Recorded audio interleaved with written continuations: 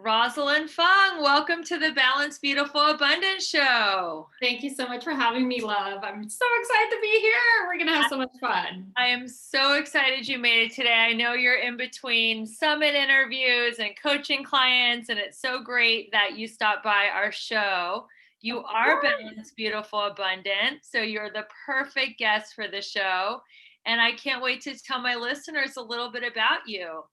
So Rosalyn is an intuitive mindset and visionary business coach. She's an international speaker, a best-selling author, former psychologist. She's a mastermind workshop facilitator on topics of self-love, mastering your energy, money mindset, and client attraction marketing. She has been on the cover of a fitness magazine with a 4-page article on how to flex your self-love muscle. And what magazine was that? That was called Gorgo. How do you spell that? Gorgo. Love Yeah, that. they're an online international magazine based in the States. I love it. And you're in Canada right now. Yeah. You're based in Canada, Edmonton, Alberta. Awesome. So let's get right into it. So I come from a family of therapists. My dad is a psychiatrist. May he rest in peace. My sister is a psychiatrist. My brother is a PsyD. My mom and my sister are MSWs. Everyone in my family is in the mental health profession. And instead of going to that route of graduate school, I decided to be a coach. So I'm really interested to know what made you decide to give up your psychology practice to be a coach? Oh my gosh. Wow, that is a great question. I'm going to share my story, which I'll date it back to 2008 when I was competing on a bodybuilding stage. Here I am in my quote unquote perfect fitness model physique. And on the outside, my life looked just as perfect. I had just started as a psychologist, a new psychologist in private practice, something I had been working long and hard for, of course, with all the academia and schooling. I'm very proud of it. I was, and still am, happily married to Dan, my sexy silver fox of 3 years at that point in time. And I was a second-degree black belt in karate and a role model to kids, teens, and adults. And I loved everything that I was doing. I was very confident in it. However, behind closed doors was a totally different story. I was struggling a lot with food restriction, and then binge eating, and then beating myself up, feeling guilty, and then purging through over exercising. And this had been going on for years secretly.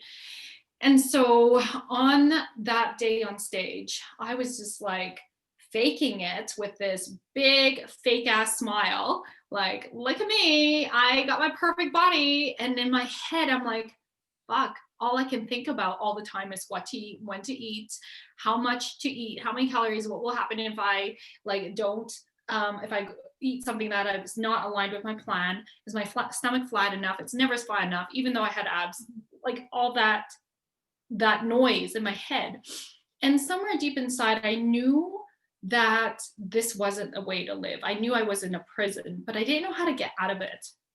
And on that day on stage, I came in last place. And last place really confirmed my belief that I am not enough. I worked so hard for everything. I should be grateful for everything that I created. And yet I felt nothing but emptiness and anxiety. So naturally I had a breakdown, which led me to, as a therapist, learn about this this method called Haikomi. And Haikomi means, how do I stand in relationship with myself? And how do I stand in relationship with others? Is Haikomi Japanese? It's that word actually, I think, is, but it's founded by somebody in Boulder, Ron Kurtz. He no longer is alive, but he's the founder. And it's a mindfulness method that combines psychology, neuroscience, and at this point in time, I was like, this thing called spirituality. What the F is that? So Of course, when you're learning something, you cannot not work on your own shit. So I learned that I was unconsciously operating from this belief that I am valued in my doingness. So my status, my titles, how much money I was making, all the societal successes versus my beingness, who I am. And my doingness never felt enough. Mm-hmm. No wonder I was like this overachiever, this hardcore type A perfectionist. And I just kept pushing and pushing, very masculine energy. So that's when I learned the art of slowing down, embracing perfectly imperfects, and I really learned how to come home to myself. And I learned the value of my own beingness, that I don't have to do more to be enough. And so that changed my life so much. I got certified in Haikomi, which I bring in so much of my work today as a spiritual business coach. I help my clients shift their limiting beliefs. But I also got certified in eating psychology. And then I ran many transformational groups for men and women who were former versions of myself who struggled with food and body image, which are just deeper doorways into aspects of self-love, loving ourselves. And I was so inspired by my transformation and by the results of my clients that I put myself out there, and I blogs about my own journey. And Huffington Post actually found my blog. Like, they actually found me. So I really want the audience to hear, like, what happens when you put yourself out there so courageously and vulnerably for a bigger message. If you get more visible and you get amazing platforms like Huffington Post come and want to publish you. And I was like, wow, that's awesome. And then just like that feeling inside, like, holy shit, you're on purpose. Oh my God, you're like, it's that soulgasm is what I call it. It like feels like what my painting is behind me. Just this explosion, this fire, like, wow.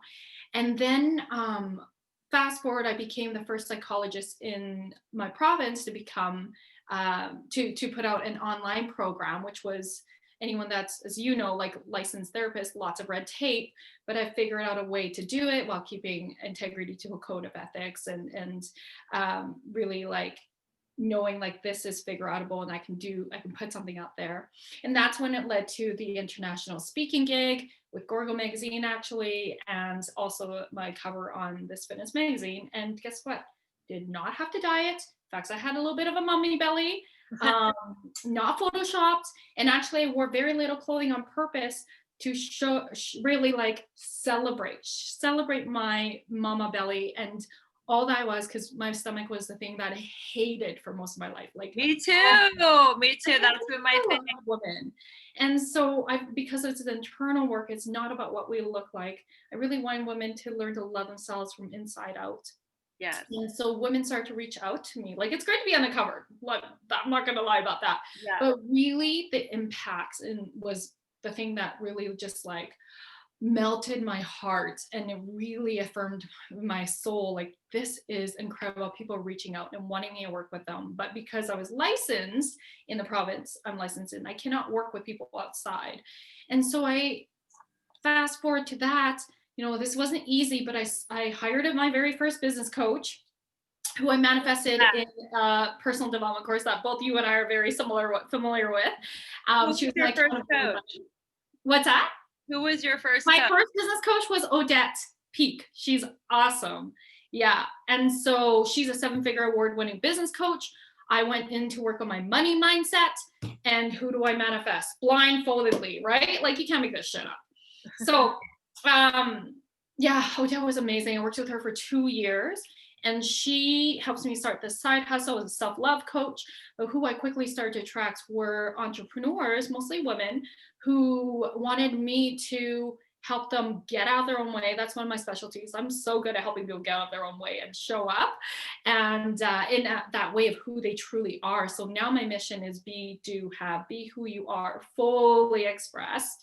Do and create life and business from this place of who you authentically are, so we can have it all, right? Because how most of society operates is do this, do the diet, do the hard working out, so you can have this perfect body and then you can be worthy or be happy. And that's a bunch of bullshit. So I'm like, okay, we need to shift that around. So it's all about be, do, have. And so as I was quickly growing my coaching business, I never meant to retire as a psychologist. So going back to your question, why I retired was because I recognized that was actually holding me back. As much as I love being a psychologist, the license was literally holding me back. And so it took me like 6 months to fight my inner critic, like seriously. Thank God for having a business coach and for peers. This is why I love community, like-minded people. It's really important to have support, because even if you make all these shifts, as you probably know, Rebecca, it's like if you have your environment's full of naysayers and people who don't think like you or who don't believe in you and keep putting your ideas down, forget it. Environment, unfortunately, always wins. So it's really important to be surrounded by people who, where you look up to and admire, because they're where you want to be eventually. They're that next level version of you. It's like, that's contagious energy, right? Energy is contagious. So absolutely. So yes, it fought my inner critic, which would say things like, and it sounds really logical, well, Roz, you're already making really good money as a psychologist. You barely have to market yourself. You're like the go-to psychologist. People know you as a food and body image psychologist. Like, you have a young family. My boys were very young at that time. I have 2 boys to provide for. Why would you be so foolish to start all over again? What if you fail? Like, that was a really big one. Another one was like, and it was a lot of ego, admittedly. You know, psychologists have this status thing. It's like, well, we work hard, and we do. We work really hard to earn our license. And then you're gonna strip your title and be just a coach, where it's unregulated and like anybody can call themselves a coach. So I had to really work through that and strip more of like, but I am not a fucking title. And no one can take away my knowledge. It's always within me. In fact, I still use it. So it was so freaking hard to strip that. And then also this one, so the ego wasn't as big, because then it was like, well, who the F is going to come see you if you're not covered under benefits, right? So I just had a hard time being able to separate coach from psychology. And then the other one was, this one was really big. Are you willing to risk disapproval of your Asian parents, especially your dad?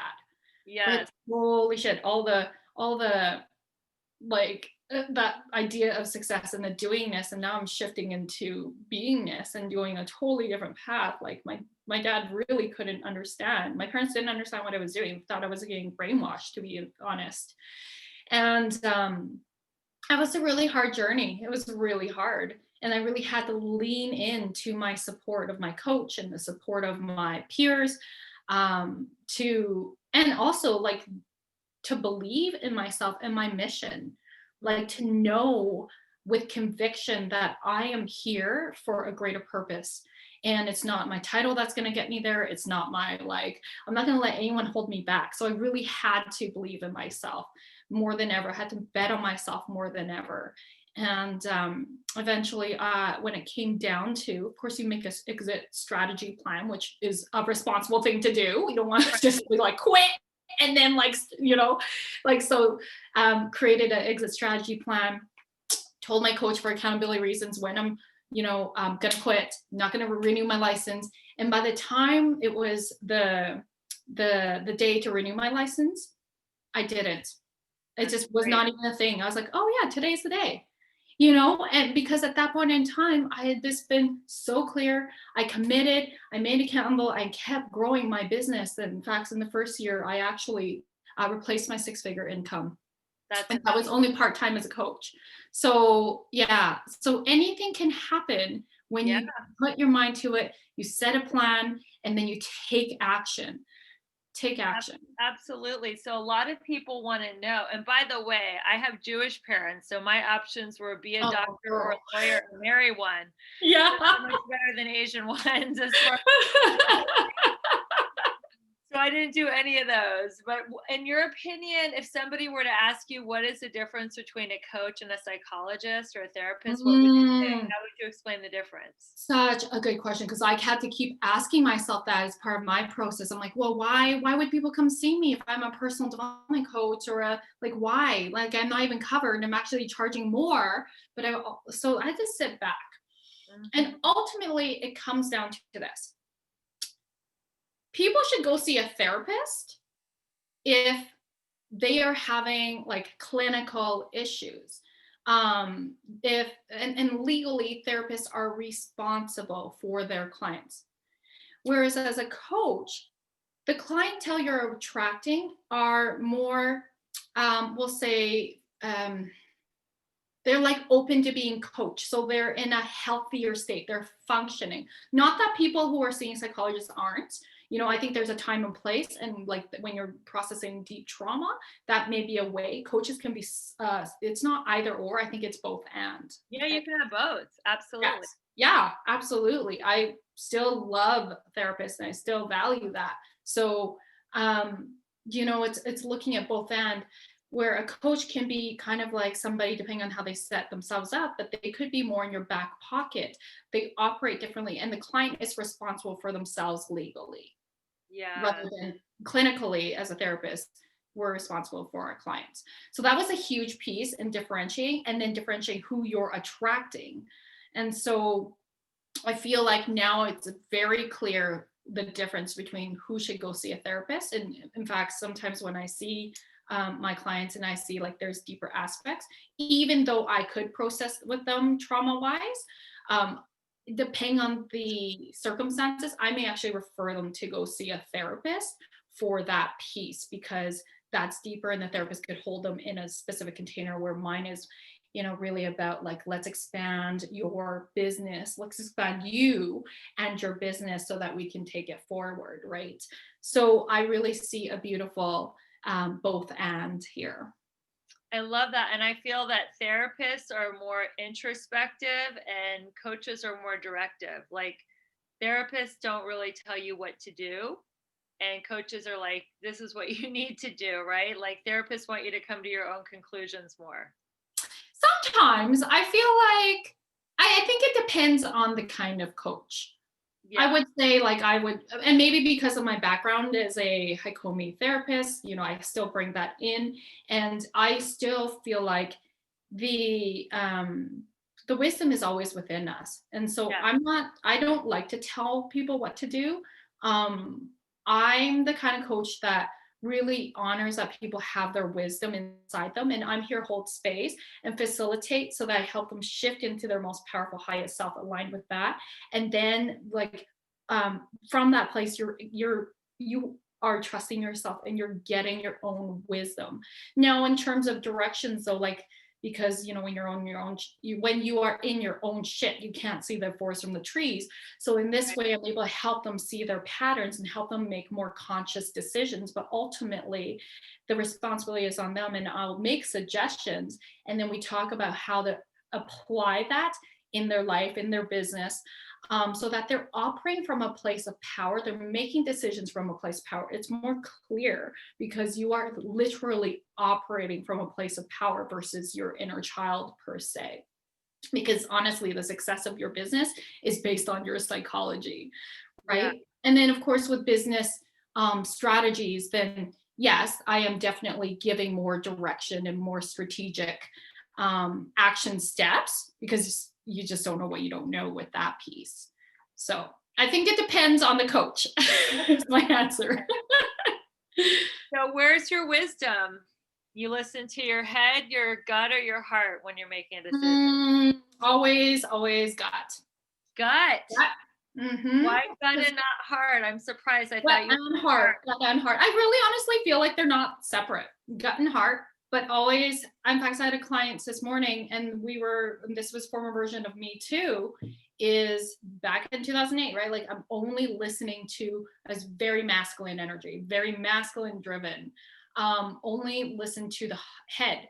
Right. And the thing is, our head can get in the way because that's where our ego is. Right. And so if we just dropped in and then it takes practice. We just dropped in and went, okay, so my head says this, what does my heart say? Or what's my gut saying right now? If I got really quiet, I came into relationship with me, what is it that I truly need to hear right now? And our body will tell us, we'll get a different message. And Yeah. it takes practice to be in relationship with yourself.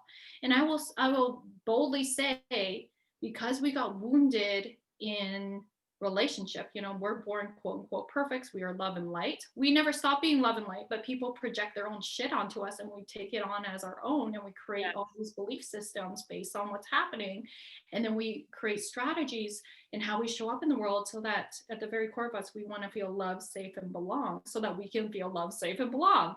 So it's like wearing a life jacket when you're creating a life jacket when you're 3, but trying to wear that now as an adult, it's not going to fit. So it only makes sense that if you're going to heal something, if you're going to shift patterns, it's helpful to have a expert support you in holding space with you, so that you can go into relationship with yourself in a way that feels um, um, I'm going to say in your power, like it allows you to operate from your place of power, discover your place of power, discover what life is like when you view it, not just view, but embody your place of power, and then go into life this way or business this way. It's a real different way, and to try to do that on your own is really hard. Yeah. You can't see the forest from the trees when you're in your own stuff. So you're a recovering perfectionist. And I am too. Does perfectionism stem from childhood trauma? Or is it societal's expectations and I beliefs? think both. I don't think it's an or. Like, I think it's based on our beliefs of what we learned, right? So we get reinforced for certain things in our life. We learn based on our beliefs because everything is neutral until we put meaning to it. Right. And how we do that is based on our belief system. So if you were reinforced by doing good work, as a way to receive attention from your parents, for example, you're going to be like, oh, the higher the grades, the better. Mm-hmm. Oh, the better I do, the more attention and love I get. So we become this way, and I'm not saying all perfectionists form this. I mean, like from exactly this is just an example. But it's always to get love. Yeah. It's always to get love. So whether that's from our family, whether that's from our society, but it's always to get love. I think it's complicated by freaking gossip magazines when it comes to body image, for example. The gossip magazines that have the issues of who's hotter and who's not hot, like it becomes who wore it better. Yes, who did it better, or who, and it's just like, why do they pit us against each other like that? Why do we need to compare? Why does society value a certain body type over another, or science over spirituality? Why? Right? I think that there's value in all of this, and unfortunately, media and social media has the power to influence. And if people are following influencers who are, I'll say toxic, right? Who are giving messages from a place of masculine energy, or low vibration energy, or shaming people, like that's not okay. And we just don't know what we don't know. So we're going to keep following these people. So yeah, I think, I don't know if I answered your question, but I think I mean, I think body shaming is not okay. People body shame my dog because he's 10 pounds overweight. Oh my God. Body shaming is not okay. He's perfect just how he is. Yeah. So how does someone recover from perfectionism? Like, we know that it's kind of like the internalization. I just did a Facebook Live before I jumped on. It's the internalization of the patriarchy, where women are meant to feel like unless they're a certain age, unless they have a certain body type, they're less than, they're valued less, they have a shelf life. And then there's also what you were saying about doing is more important than being, and you're like only as valid as your graduate degrees. Like, How does one recover from perfectionism? I love that question. Okay, so I'll share like my story and then some like practical steps. And if Great. anything like sticks with you, the audience, then I'm happy that that was valuable for you. So, the first thing is recognizing that in all the ways in how your perfectionism is getting in your way, right? Perfectionism keeps us playing small because nothing ever feels good enough to be put out there. um, it could look like, you keep fixing, quote unquote, your mistakes, which also is quote unquote, and you keep fixing, fixing, fixing, and never putting yourself out there. Or you keep comparing yourself to other people. You keep doubting yourself. And the truth is, there's no such thing as perfectionism. What the heck is normal? What the heck is perfect? They do not exist. Because once you arrive at, like, even again, speaking for myself, once I got to my ideal body, guess what? I still didn't feel like it was good enough. There's always someone that's going to be better. Like there's always someone that's Yeah, going to be more fit, younger, prettier, funnier, more famous. So exactly. there is no over there.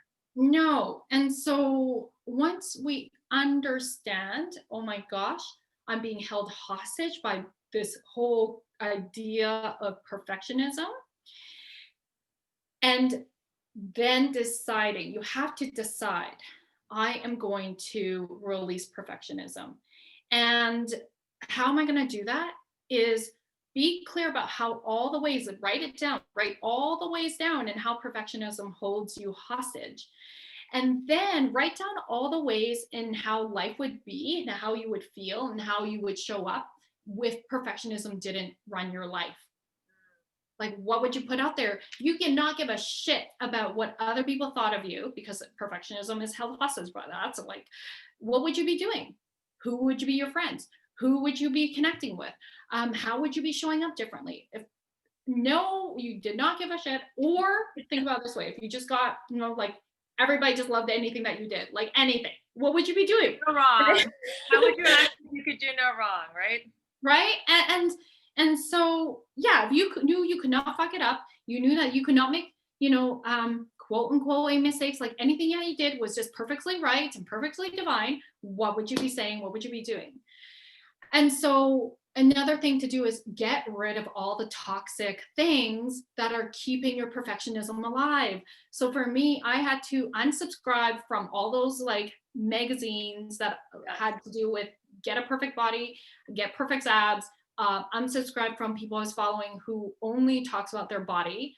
Yeah. And I just did a detox, literally just detox people in my life who also were really negative and didn't vibe in the same way.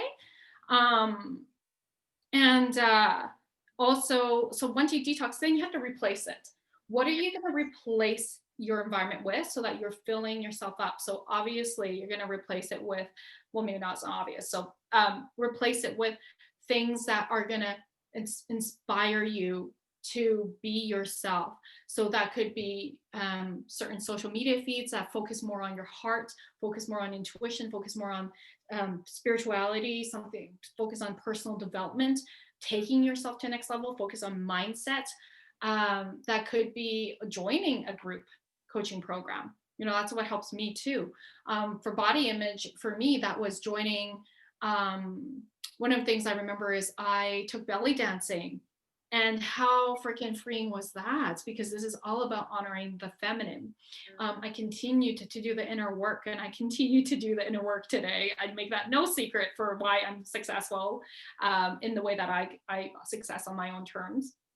And Really surrounding yourself with peers who are where you want to be or who are like-minded. I know so many people who crave, especially women, crave more tribe. There's like, they crave just the ability to be themselves and talk. They crave that deeper conversation. And they're sick and tired of like, let's get six pack abs and let's, like drama, whatever drama is going on. And they just want to go deeper within themselves. There's tribes like that. And so surround yourself with like-minded people who inspire you, who believe in you, who cheerlead you. It's so important. Who will also lovingly call you out on your shit. And there's so many deeper conversations about life to have than like, how to get six-pack abs, Yeah, exactly. And then the other thing that is awesome, and this is a book, Louise Hay has a book called Mirror Work. And it's a 21-day program, literally so easy in terms of like getting through it. It's 21 days, and it's literally looking in the mirror and doing the work of loving yourself. It is a very powerful, powerful book. What's And the book called? Mirror Work? Mirror Work. Yes, Okay, by Louise Hay. She's great. the one that she's a metaphysical teacher who unfortunately no longer is alive, but she wrote Heal Your Life as one of the more bestsellers, popular books. And so she states that every symptom of dis-ease has a spiritual or mental and emotional, not spiritual, sorry, a mental emotional reasoning behind it. Yes. I'm Yeah. familiar with her book, You Can Heal Your Life. I just didn't know about Mirror Work. So in Mirror Work, she gives you a different affirmation to say for 21 days in the mirror. It's not just affirmation, it's literally like my like belief system work. It's releasing stuff. It's like, yeah, replacing with affirmations, so beliefs that you want to start embodying because it moves you away from, in this case, perfectionism, for example, or whatever the case is. But like a lot of women look in the mirror, and what do we say? The first thing we say is like, oh my God, for me, it was like, my belly's still not flat enough, Right. at that point in time, or like women will say my hips are too big, or my thighs, or my stretch marks, and so what I do now, and I've been doing for the last, gosh, I would say like 5 years, I look in the mirror, maybe 4 years, I look in the mirror, and the first, after I pee, when I wake up in the morning, first thing I do is I look in the mirror and I will say, good morning, beautiful, or good morning, Rosalyn. I love you. You are amazing. And I literally say this and I mean it. At first it might be like inner critic shit is going to come up, but you just stay with it. You speak to yourself like you would speak to a child that you love, or your best friend, right? Because self-love is about being your own best friend. It's loving yourself as much as you love your child or your best friend. And so you need to speak to yourself this way, because the most important relationship is the one with yourself. You have to live with yourself. And I say to myself, I am here to show up as myself. And I'm here when I do this, when I am myself, I get to create influence. I get to create impacts. I'm here to change someone's life. I connect in with my purpose. And I operate and I start the day from this place. And so it's a beautiful reminder that the most important thing is to respond to ourselves first thing in the morning, because then watch how you start to move through your day. You learn to respond to yourself first, because so many of us are reacting. As soon as we get up, we're picking up the cell phone. We're looking at who's texting us. We're looking at what emails have come in. We're looking at what we have to do that day. Like, look at how you're turning on the news. You're already reacting to the outside world. You forgot to be home with yourself first. Say hi, say good morning, love on yourself, feed yourself, nourish your heart, nourish your soul, and then respond. You're much more grounded, calm, connected, aligned. Those of you who are spiritual, get connected with a higher power, your highest self. Even if you're not, you don't believe in a higher power, I assume you believe in energy, because that's science-based, and emotions are energies, are emotions, and emotions are energy and motion. So get yourself to a place of love and peace first before you respond to the day. That's so important. I love that. I like to say, I love you. I really, really, really love you. First thing in the morning. And I think I got that from Louise Hay too. So yes. Oh, such good work. And anyone that does, I just want to give a shout out to one of my soulmate clients, and I'm her soulmate client, Trish Bowie. She runs Heal Your Life workshops. In fact, the first time I met her, I was like, are you Louise Hay? Like, she has the same energy as Louise Hay. She's so beautiful. So I could tag her in here. She's channeling her. Sorry, say that again. She's probably channeling Louise Hay when she does her work. And she's trained. She's Louise Hay trained. Yeah. So she runs her workshops, Heal Your Life workshops. She's a Reiki master. So I I got certified in Karuna Reiki through her. I just love her energy, and she's since working with her like together. We like, of course, everything's like synchronistic, right? In a container with our clients, and we have like manifested even more abundance in every single form. So it's pretty awesome. That is awesome. So how do you get people to slow down, to go from a human doing to a human being? I know this has been a big time of recalibration and slowing down. Yeah. But type A people like myself, I have signed up for so many things and stayed so busy with online courses and now going back to work, and now I'm busier than ever. So how do you teach people just to slow down and give themselves Yes. much needed downtime? Yes. Okay. So to state it this way, always type A, always type A. Once a type A, always type A. So the really important piece, because I'm still a type A, right, is that we learn the art of slowing down by knowing when you slow down and you're just being. Like entrepreneurship, for example, is a marathon, right? On top of the roles, like I am a mom of two boys, they're 6 and 8. I'm a wife to Dan. I am a sister to my brother. I am a daughter. I love my girlfriends. I'm a soul sister to my friends. Like, how do you manage all of this? Right. And then also self care. Right. So, the importance of being able to find balance in your life is to manage your energy. So, part of managing your energy is actually slowing down. So, when I was first starting to learn how the art of slowing down and just being, I would put in rituals such as meditating. Literally, like I have morning routines. I preach about body before business. I know you do too, right? So, really, like, again, responding to yourself first thing in the morning. How do you set the tone of your day? For me, that it looks like after the quick, I love you in the mirror. I'm literally, and well, I'm a mom, so my kids I'll do my husband and I will make lunch with the kids, and they'll be having breakfast. And once they're out the door, then I'm back to responding to myself. I could wake up like 2 hours early, but no thanks. I don't want to do that. So I choose not to do that. They leave, and then I'm in the basement and I'm working out. I work out for 20, 30 minutes. Then I meditate, I journal, I post spiritual cards. This is for me slowing down. This is really important because slowing down really means coming into relationship with me. So everything that I've already shared on this episode so far is slowing down when you're responding to you.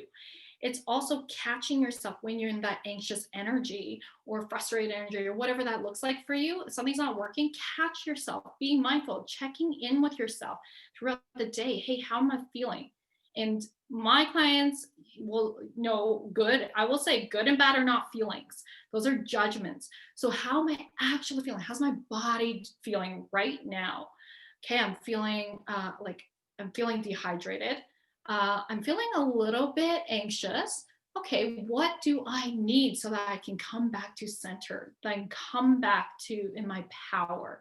So asking ourselves questions like we would if we were our own, child, right? And then listening for the answers is really key in slowing down.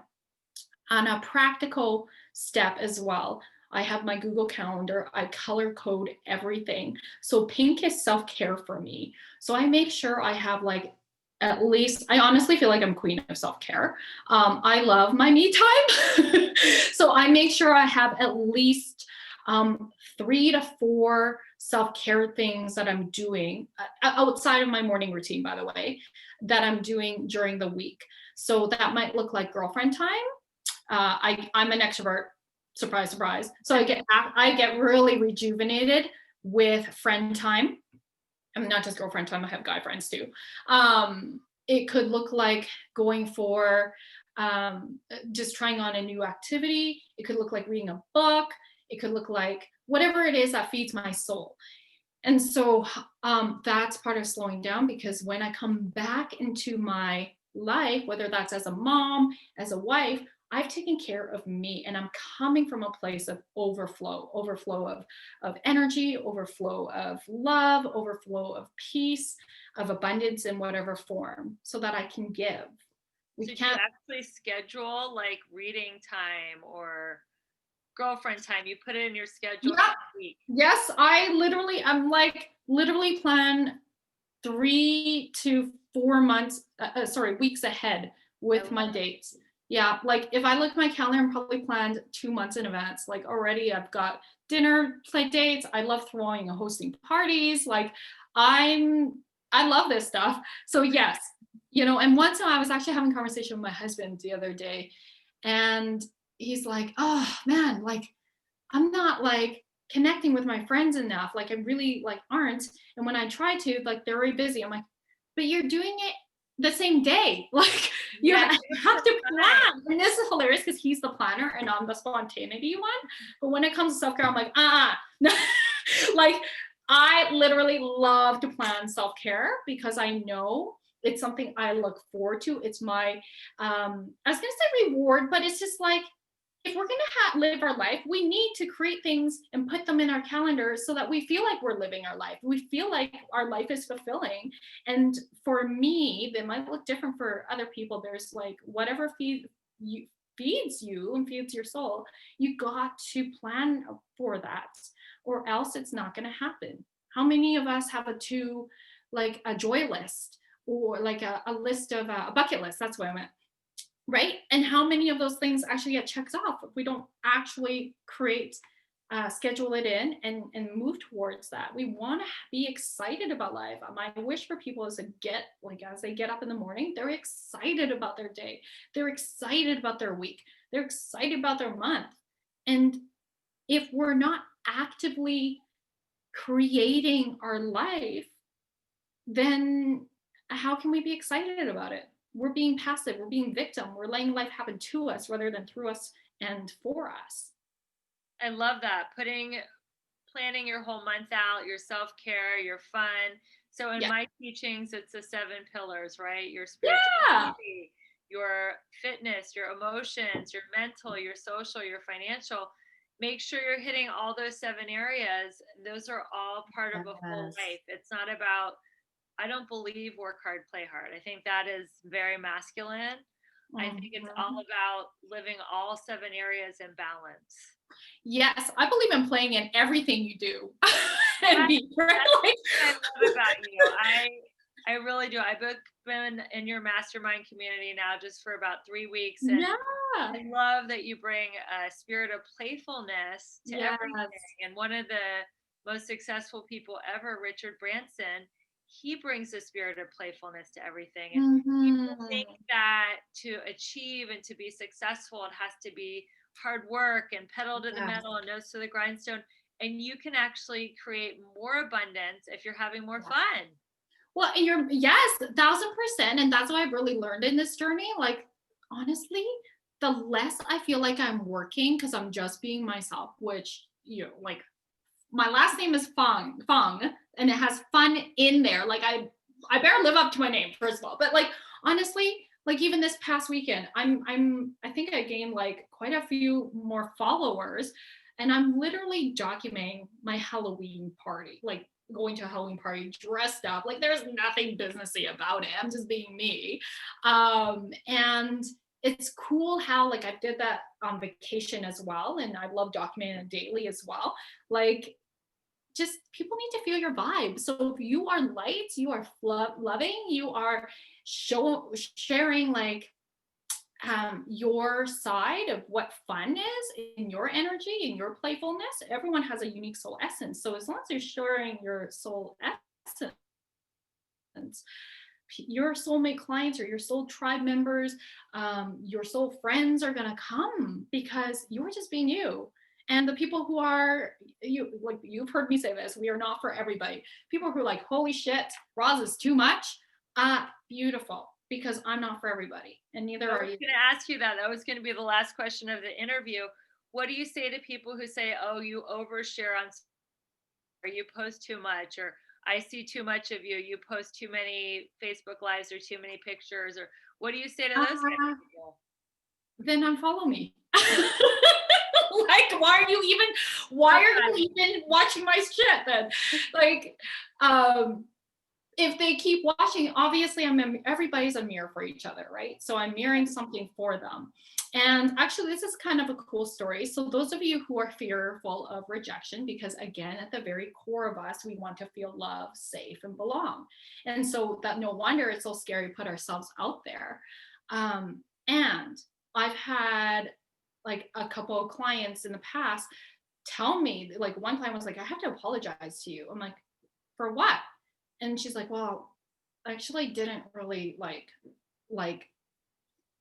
jive with you. I couldn't handle your energy when you first, like when I was first introduced to you. And I was like, well, I'm like, when was that? And it was like a time where I was a speaker on stage. I didn't know she existed. So obviously it's not personal, right? And she recognizes I wasn't ready to hear what you were saying. So being really clear that some people you're not for everybody. And some people aren't ready for what you say. I had another client tell me that. So now she like loves me, right? And it's because it could be that, but it could also just be you're just not for everybody. So that's great. Like there's certain people I don't love their energy. I'm like, oh, to me, they're just not my people. And so why are you following, or why are you so watching those people if they're not your people? So just unfollow. So it's okay. I always like to say, if you are not polarizing your audience, meaning there are people who are just like, too much, and other people who are like loving the heck out of you, then that means you're not going bold enough. That means you're not showing up as you, right? And then so as long as you're being authentic to you, you're sharing your truth, you're sharing it from a place of power and place of love. And what's going to happen is you're going to magnetize more opportunities to you, right? So in my case with entrepreneurs, it's like, magnetize more clients, or magnetize more opportunities to get more visible, whether those are summits, podcasts, your speaking gigs, right? Like all of this happens. And so you're also going to polarize people who are just like not for you. And that's all good. And It's that's not okay. personal. I like the quote, you can tell the size of the leader by the amount of arrows in their back. I don't think I've heard of that one before. Yeah, it's a famous quote, but it's true. Like the more of a leader you are, the more polarizing you're going to be. So how can people find out more about your offerings? How can they find you on social media? What's your website? How can we stay in touch with you, Rosalyn? Because you're amazing. Oh, you're so sweet. Thanks, love. So I do have a freebie. It's called Client Attraction Checklist. So this is for you if you're in the personal development world and you help others create transformations in their lives. So coaches, healers, practitioners, therapists, nutritionists, psychics, way showers, mystics. Okay, so this is for you. It's www.funboldsexy.com/client attractor. We can put that in the links. Yeah, we'll put that in. You can follow me on Instagram, Bold Sexy Warrior. You can find me on Facebook. You can Facebook friend me. Rosalyn Fung Coaching. My professional page is Rosalyn Fung Coaching, Bold Sexy Warrior. And then I have a free Facebook page, which is called Magnetize and Monetize for coaches, healers, and entrepreneurs with Rosalyn Fung. So, or just go to my website and you'll find everything. RosalynFung.com. Easy. Absolutely. Well, Rosalyn, I'm so excited to have you in my world, and I'm learning so much from you. And thank you for being a wonderful guest on our Balanced, Beautiful, and Abundant podcast. And everyone, if you are listening, we kindly ask that you share this podcast with friends and family. Please rate, review, and subscribe. We so appreciate your love and support. Thanks again, Rosalyn, and I can't wait to see you in our mastermind. Thank you so much for having me, love. I appreciate it. Bye.